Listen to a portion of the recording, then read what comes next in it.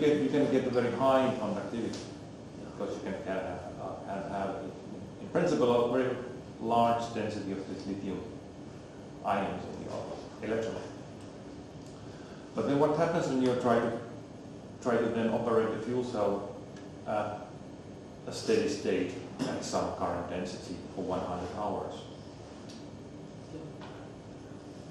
which would correspond to the lithiums moving all the time in the same direction. So how long, when does it stop? Where are the lithium coming from? Where are they going to? If you don't supply lithium in the cell, it cannot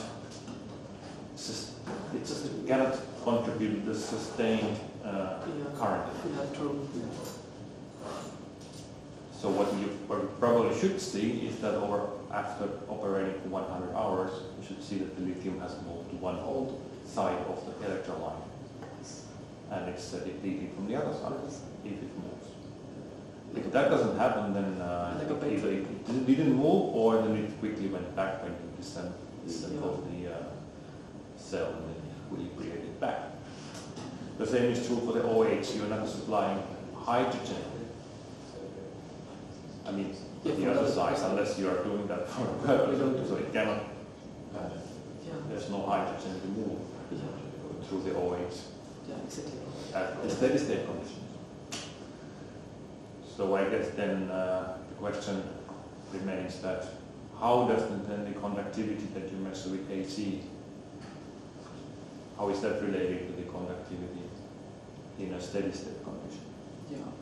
And if they are still matching, wouldn't that mean that proves that these additional OH and lithium, they are not really contributing to the performance or the conductivity?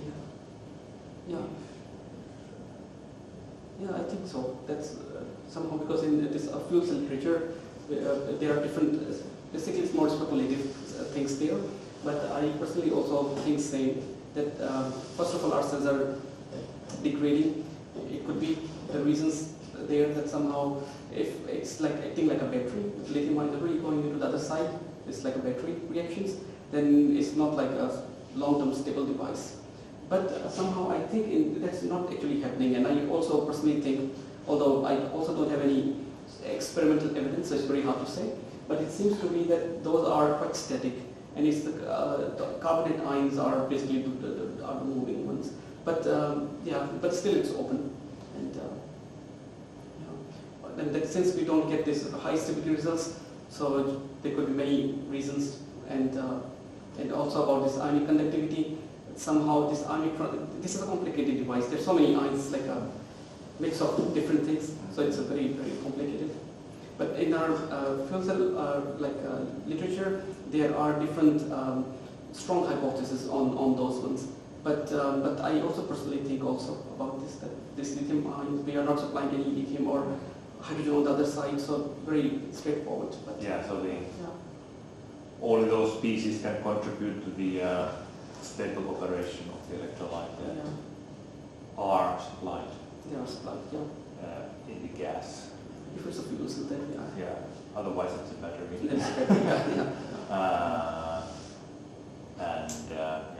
So that the question of whether does the alkali ions contribute to the conductivity is only a question that if they do, then they will basically ruin the conductivity experiments. But they don't. We already know that they are not part of the fuel cell operating principle as such. At least they should not be the goal. Unless you want to supply them as a fuel. Great. So exactly. So now okay, let me check it out so that I can great. We have 20 minutes. And then I'd like to talk about more complicated, or not complicated, it's a simple but more complex in understanding device that we are working on. So generally fuel cells have 3 layers, or anode, cathode, electrolyte. But now we also work on single layer device, just one layer and it does everything. And here we see conventional fuel cell, 3 layers, we supply fuel and air, but now we are working on 3 in 1 single layer, which is a composite layer, and it gives in literature we get up to 200 to 1000 milliwatt per square centimeter at 550. So low temperature, very high performance, and just a single layer. And okay, we will go through it. First of all, the first questions that comes to our mind is, why the cell is not short circuiting? It should short circuit. And okay, we will see. So basically the composition of this layer is it's a mixture of ionic and electronic conductors, two different materials, and we mix them and just make single layer. And okay, this kind of configuration has some advantages. First of all, it's instead of manufacturing 3 layers, we just need to manufacture a single layer. It's simplified in the sense that when you switch the gases, if you supply fuel from here and air from the other side, it just switches its polarity. So its open circuit voltage is 1 volt, it becomes -1 if you just switch it. So that's also wonderful. It works in both directions. And then, since there is only 1 layer, so there is improved thermal stability because there is no other materials for thermal mismatch. When we have 3 different layers, so usually the interfaces are the places where thermal mismatch happens and cell decrease. So very interesting, but the question is why it's not short circuiting. Okay. So here is one schematic of this. So this is, as I said, kind of a composite material of ionic conductor and electronic conductor, or these catalyst materials. And the reaction scheme, to our understanding, is the same like a normal solid oxide fuel cell, where we supply hydrogen on the anode side, oxidation reactions takes place. On cathode side, reduction reaction takes place. We get these oxygen ions, protons, and the overall reaction is the same. But this question remains unanswered, that what prevents this short circuiting.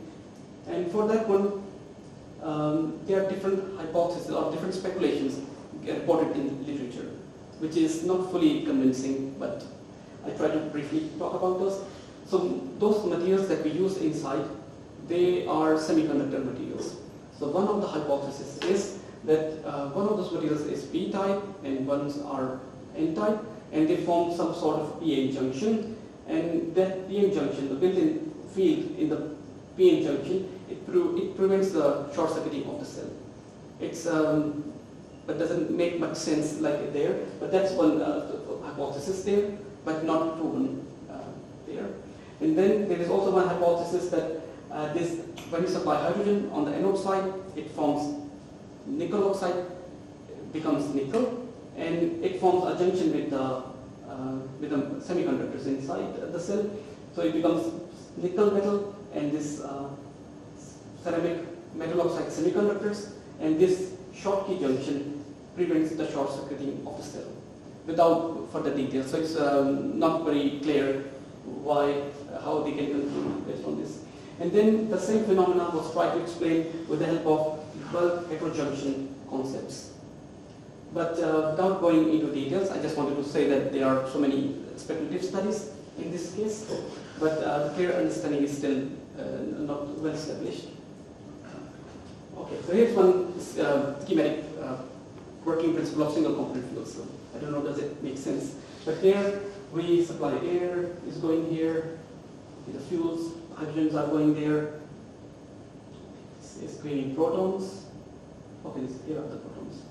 So protons are going here. It should be wrong. So protons are going there, oxygen ions are coming here, and they at some point form water, and water goes away, and electrons are going like this way. So that's the way. But in practice, how it actually works, that's a bit not so clear. What is the abbreviation, the EF? Yeah, it has been given different names. So like the single layer fuel cell, then it's this electrolyte layer, electrolyte-free fuel cell or layer fuel. Yeah. So single component fuel cell, electrolyte layer-free fuel cell, or all these things.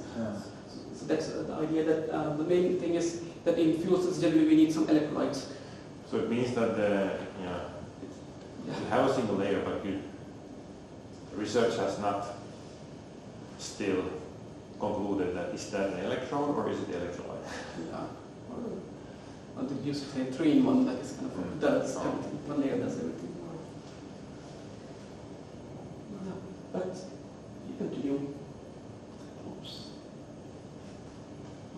So just to, I will not go in details, but we synthesize those ionic conductors and electronic conductors, and we mix them and form this composite materials for the fabrication of this single layer cells. So in this case, we talk about two different materials: lithium nickel zinc oxide and doped cerium.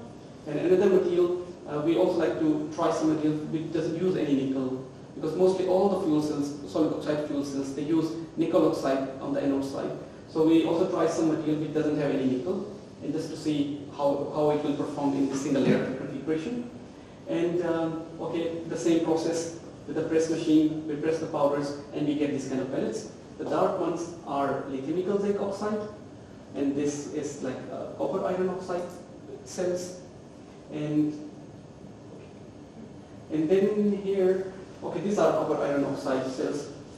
Okay, I don't want to go in detail, but we see some kind of fiber structures here. But these look like, we try to do EDX on those, but it seems that there are not any metal oxides. Generally, we get this kind of fibers from these metal hydroxides or some crystalline water on that one. So either it's hydro like water basically, or some very light element, lithium hydroxide, because we don't see any other element here. But that's just one. I just wanted to show this one. Okay, this is interesting. So for this lithium nickel zinc oxide doped cerium single layer cells, when we do this high resolution transmission electron microscope, we get these kind of structures. So these dots are atoms, and they are in different lattice structures. And the main idea here, we wanted to see the interatomic distance between the atoms in the crystal structures. And so it's very complicated, like there are different planes, but it's not easy to do it. So we apply fast Fourier transform on this image to get this image. And there we see different semicircles. So this is the frequency domain. And there we select certain planes, let's say this one, and we mask the others, and then we apply inverse fast Fourier transform, and then we get an image which has only one plane. And then we can easily measure the distance between the two atoms from the scale. And that's how we get the different crystal structures, the d-spacing of different planes. So we have difference. And they were matching with the d-spacing we get from XRD data.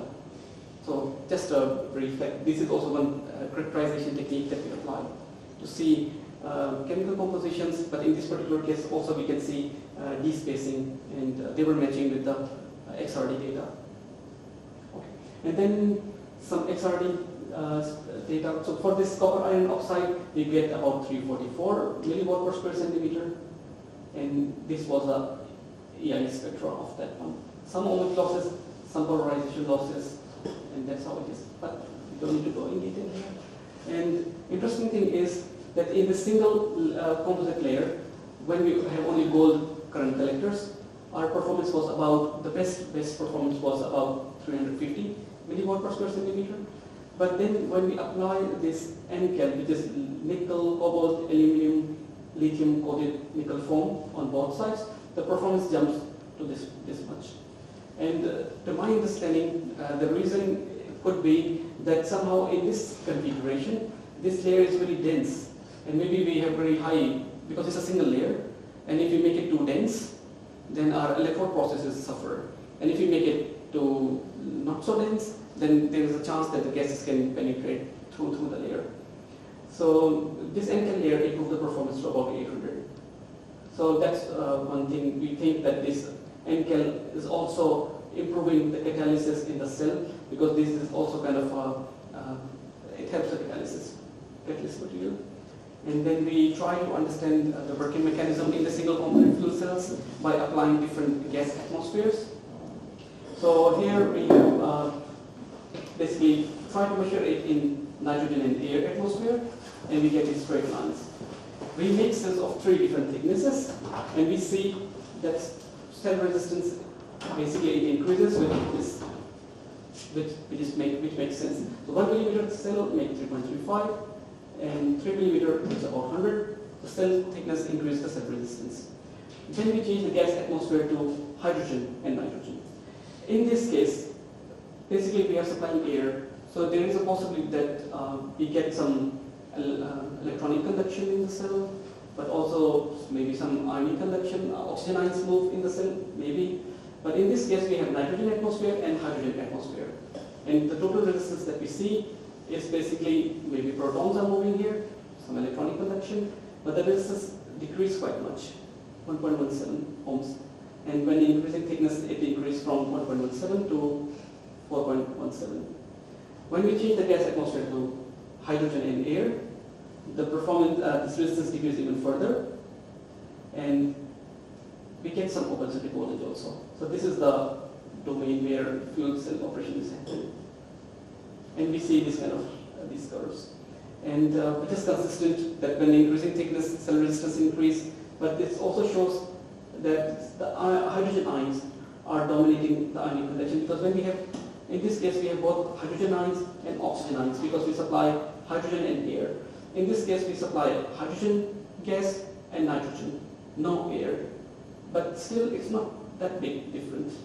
But when we supply only oxygen without any hydrogen, the cell resistance is much higher. So we think that these hydrogen ions are quite dominant in this configuration. So that's one thing. Okay, quite quickly go forward. Then effect of catalysis, we start, this is very dense single layer.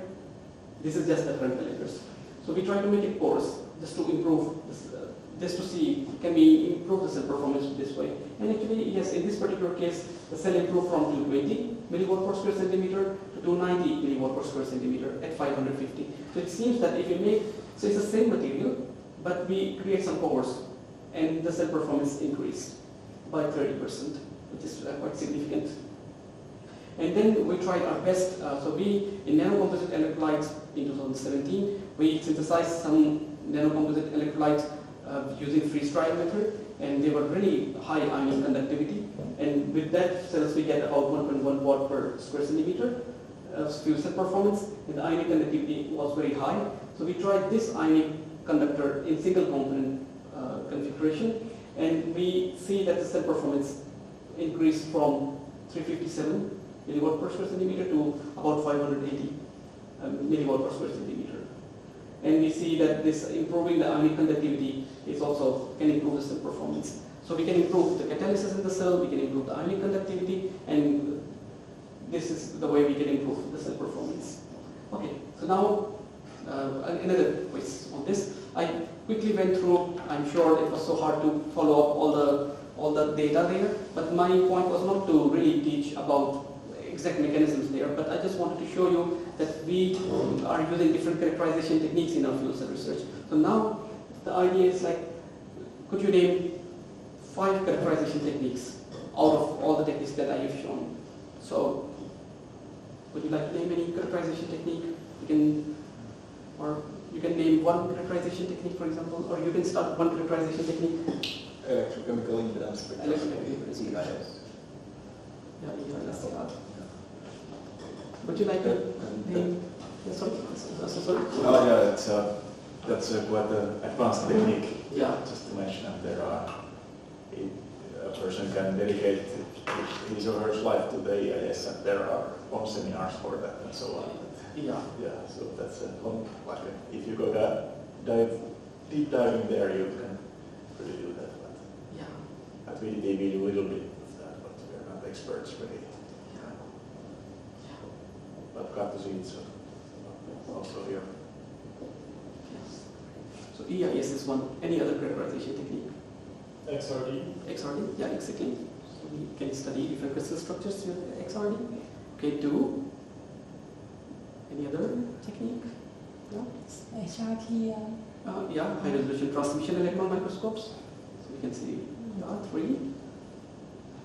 Scanning electron Yeah. microscope. Scanning electron microscope. So that's 4. EDX. EDX, yeah, exactly. Energy spectroscopy. Yeah, great. Excellent. And then quickly, I just say what we are doing in our lab. Future. So there is 2 years ago, there was one paper which was published, low temperature solid oxide fuel cell, where they get about 2 watt per square centimeter at 550. And this is really high performance, 2 watt per square centimeter.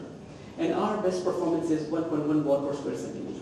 And then I try to compare the performance using this is our impedance plot, and this is their impedance plot.